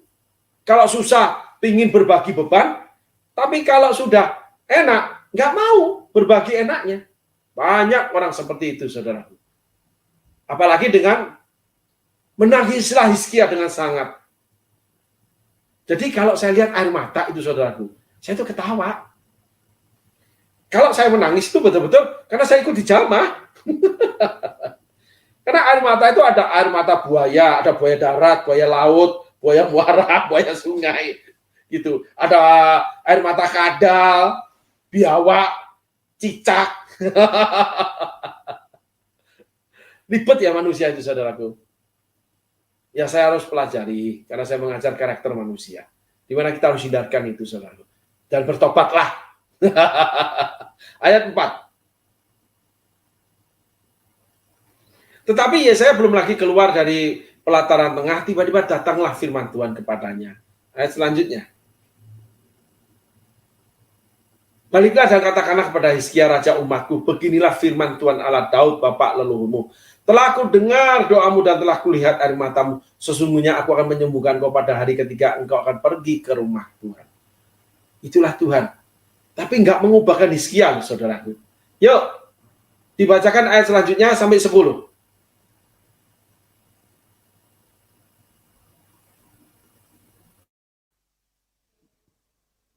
Ayat 6 hingga yang ke-10. Aku akan memperpanjang hidupmu 15 tahun lagi, dan aku akan melepaskan engkau dan kota ini dari tangan Raja Asyur. Aku akan memagari kota ini oleh karena aku dan oleh karena Daud hambaku. Kemudian berkatalah Yesaya, ambillah sebuah kue ara. Lalu orang mengambilnya dan ditaruh pada bara itu, maka sembuhlah ia. Sebelum itu Hizkia telah berkata kepada Yesaya, apakah yang akan menjadi tanda bahwa Tuhan akan menyembuhkan aku dan bahwa aku akan pergi ke rumah Tuhan pada hari yang ketiga? Yesaya menjawab, Inilah yang akan menjadi tanda bagimu dari Tuhan, bahwa Tuhan akan melakukan apa yang telah dijanjikannya. Akan majukah bayang-bayang itu 10 tapak atau akan mundur 10 tapak? Ayat yang ke-10, Hizkia berkata, itu perkara ringan bagi bayang-bayang itu untuk memajang 10 tapak. Sebaliknya, biarlah bayang-bayang itu mundur ke belakang 10 tapak. Nah, kita pelajari ayat 6, saudaraku. Inilah orang seperti Hizkia. Bagaimana Tuhan itu melakukan banyak hal dalam hidupnya. Tapi bukan untuk dia. Itu yang saya paling hindari dalam hidup saya, saudara. Tuhan tidak mau tahu lagi dengan hidup saya. Lu mau salah mau enggak, yang penting program Tuhan berjalan. Kita harus paling nggak mau ketika ada orang yang nggak mau peduli lagi dengan kita, tapi yang dia peduli cuma program dia atas hidup kita. Jadi kamu dilepaskan dalam keputusanmu sendiri. Dan itulah Tuhan. Dalam masa tertentu, ini tahun ke-14. Karena Hizkia akan diperpanjang 15 tahun hidupnya. Kan 29 tahun pemerintahan dia. Tuhan menunggu keputusan Hizkia. Dan Hizkia memutuskan dengan perilaku yang salah. Tetapi yang lebih menjadikannya, perkataan Hizkia itu berdolak-dalik. Manis seperti madu, nikmat seperti anggur, tapi pahit seperti empedu. Karena selalu berdolak-dalik, saudara. Karena punya tujuan yang salah. Motivasi yang keliru, hati yang tidak baik atau jahat, saudara. Sehingga orang itu manis banget, tapi perilaku setelah itu pahit banget. Kita tilik apa yang Tuhan lakukan. Hati-hati, saudaraku, hati-hati. Ada orang-orang yang punya karakter seperti ini. Seperti Hizkia atau seperti Tuhan. Ya udahlah, biarin aja. Yang penting aku melakukan yang baik aja buat kamu. Yang penting aku lakukan apa yang sudah aku berikan sama kamu, yang aku janjikan. Kelar hidupmu. Di situ udah tidak ada cinta, saudaraku. Tidak ada kasih Tuhan. Karena Tuhan ngomong gini, aku akan memanjang hidupmu 15 tahun lagi, dan aku akan melepaskan kau dari kota ini, dari tangan Raja Asyur.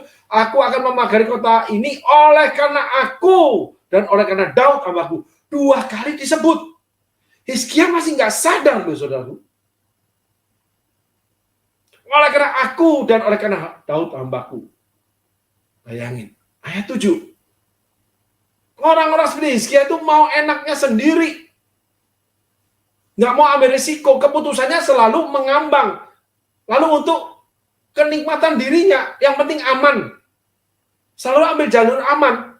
Tapi mengambil keuntungan yang banyak dari hidup dia. Selalu tampil baik. Tampil mesra, tampil manis. Seperti madu, aduh saya mengalami orang seperti ini banyak. Ketika mereka melakukan sesuatu, kaget-kaget saya. Seperti disengat kalajengking. Seperti kesetrum tiang listrik ini, saudaraku. Betul-betul seperti kesetrum tiang listrik saya ini.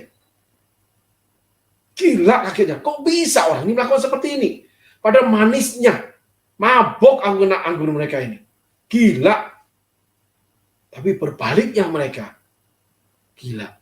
Dan aku perhatikan kata-katanya selalu, saudara. Yang dimainkan. Itu. Ya memang saya bodoh sih orangnya, saudara. Kemudian berkatalah Yesaya, ambillah sebuah kue arah. Lalu orang mengambilnya dan ditaruhnya barah itu dan maka sembuhlah dia. Nah, Tuhan kalau bekerja, karakter Tuhan, ini ada 2 karakter, saudara. Saya akan tutup dengan 2 karakter. Nanti esok kita lanjut. Yang karakternya Hizkia itu berdolak-dalik, selalu ambil untung. Awalnya baik, perjalanannya setelah kemudian dia selalu cari untung dari yang lain. Nggak setia. Tetapi Tuhan itu setia. Ketika Hizkia berdoa, dia setia dengan dirinya dan dengan Daud. Karena Tuhan berjanji pada Daud akan ditegakkan kerajaannya Daud selama-lamanya. Sampai hari ini kerajaan Israel tetap tegak, yaitu negara Israel, saudaraku. Daud itu Allah berjanji dan Allah bela janjinya. Jadi hati-hati dengan orang bela janjinya, sedang dia sudah tidak punya hati sama kamu. Tuhan tidak punya hati sama Hizkia, saudara. Ayat selanjutnya. Sebelum itu Hizkia telah berkata kepada Yesaya, apakah yang akan menjadi tanda bahwa Tuhan akan menyembuhkan aku? Sebelum itu, jadi sebelum Yesaya meletakkan bara api, sebelum sesudah Yesaya ngomong, Hizkia itu nggak percaya. Orang kalau nggak percaya terhadap janji, itu akan mempermainkan yang si pemberi janji. Untuk apa? Alat cadangan. Apabila. Kalau cinta, nggak ada cadangan, saudaraku. Sehingga kalau putus cinta, jungkir kita itu. Broken heart ceritanya gitu. Tapi kalau punya cadangan, itu bukan cinta namanya, saudaraku. Itu untuk menjaga keuntungan dia. Lalu mulai lobby sana, lobby sini, cari orang sana, cari orang sini. Supaya kehidupannya terjamin lagi atau lebih terjamin. Lalu ketika ada yang lebih enak, yang enak ya ditinggal. Cari yang lebih enak, pasti yang dipegang yang lebih enak. Itu orang nggak setia, nggak konsisten. Janjinya nggak bisa dipegang. Manis seperti madu, nikmat seperti anggur, tapi akhirnya menjadi pembunuh buat hidup kita. Ketika segalanya sudah hancur, kamu ditinggalkan. Mengalami banyak saya orang seperti ini, ketika hancur ditinggalkan, ada yang setengah meninggalkan, ada yang menghina sedikit. Orang-orang itu bukan tipe setia. Seorang saudara ada dalam setiap kesukaran. Amsal tulis itu, saudaraku. Itu saudara loh, saudaraku. Cinta terhadap saudara. Namanya pembelaan. Itu. Bukannya makin surut, tapi makin berkorban. Sehingga setia sama Tuhan itu adalah pengorbanan. Cinta itu adalah pengorbanan, bukan kenikmatan. Walaupun pada masanya akan diberi kenikmatan sama Tuhan. Hizkia mendapat kenikmatan, menjadi raja yang masyhur, raja yang kuat, mengalahkan kerajaan yang besar-besar, termasuk Filistin. Tapi akhirnya mencari Mesir, mencari Raja Asyur untuk perlindungan. Tapi berbicaranya, dia setia tulus hati mengikut Tuhan. Dengan bercucuran air mata. Tuhan jawab. Dia bela dirinya dan bela janjinya kepada Daud. Janjimu seperti fajar pagi hari. Yuk, ayat 9. Yesaya menjawab, inilah yang akan menjadi tanda bagimu dari Tuhan. Selalu kalau ada pemberian, ada yang enak, baru enak. Tapi kalau nggak enak, nggak mau lagi. Itu bukan cinta, itu penipuan cinta, saudaraku. Kalau diberkati Tuhan, memuji Tuhan. Tapi kalau ada kesusahan, ditinggalkan Tuhan itu. Kalau diberkati Tuhan, cerita tentang pastornya di gereja itu, cerita tentang gereja itu, cari orang untuk gereja itu. Tapi ketika gereja itu bermasalah, satu persatu meninggalkan gereja itu. Bela juga kagak. Ada yang setengah bela, sedikit bela. Dulunya, di mana ada gula, ada semut. Gitu. Maka orang yang diberkati jadi gula-gula, sugar. Cilaka sudah, saudaraku. Orang berhasil, orang kaya, itu punya kesusahan sendiri. Dia sulit menemukan kemurnian. Betul-betul harus ditilik, saudaraku. Dan berjalan waktu, itu tereliminasi dengan sendirinya oleh perbuatan mereka sendiri. Sehingga engkau yang diberkati di sana, yang sukses di sana, yang memiliki sedikit kelebihan, sedikit kekayaan atau apapun, hati-hati. Tidak lebih mudah hidupmu. Bahkan menurut saya lebih susah mengurus perasaanmu. Karena kamu mudah dilukai. Kalau kamu mudah percaya. Karena orang-orang seperti Hizkia butuh tanda. Salah satu kebaikanmu, pemberianmu, semuanya. Kalau Tuhan enggak, dia janji, dia lakukan. Enggak peduli kamu baik atau tidak. Hizkia tetap disembuhkan. Bahwa Tuhan akan melakukan apa yang telah janjikannya. Akan majukah bayang-bayang itu 10 tapak atau akan mundur 10 tapak. Ayat 10. Hizkia berkata, itu perkara ringan bagi bayang-bayang itu untuk memanjang 10 tapak, sebaliknya. Biarlah bayang-bayang itu mundur ke belakang 10 tapak. Kita lanjut esok. Sehingga orang-orang seperti Hizkia ini menguji. Orang seperti Hizkia itu selalu menguji. menguji Tuhan, menguji teman, menguji apa? Menguji bahwa dia mendapatkan enggak apa yang dijanjikan. Kalau mendapatkan, baru dia mau setia. Mau datang lagi. Kalau enggak mau. Dengan dalih-dalih yang dimainkan. Dengan perkataan-perkataan yang diputar balikan. Pada awalnya tidaklah demikian. Musa memberikan surat cerai karena kekerasan hatimu. Ketegaran hatimu. Firman Tuhan itu mengatakan jujur. Jadi kalau firman Tuhan itu kamu dengar, kamu rasa, jangan hard feeling. Allah menyatakan bahwa kamu tuh salah kalau kamu rasa. Kamu berubah apa enggak, kamu yang terima akibatnya. Sekali lagi saudaraku, hari ini akibat yang lalu, esok itu akibat hari ini. Tuhan Yesus berkati. Ciao. Thank you guys.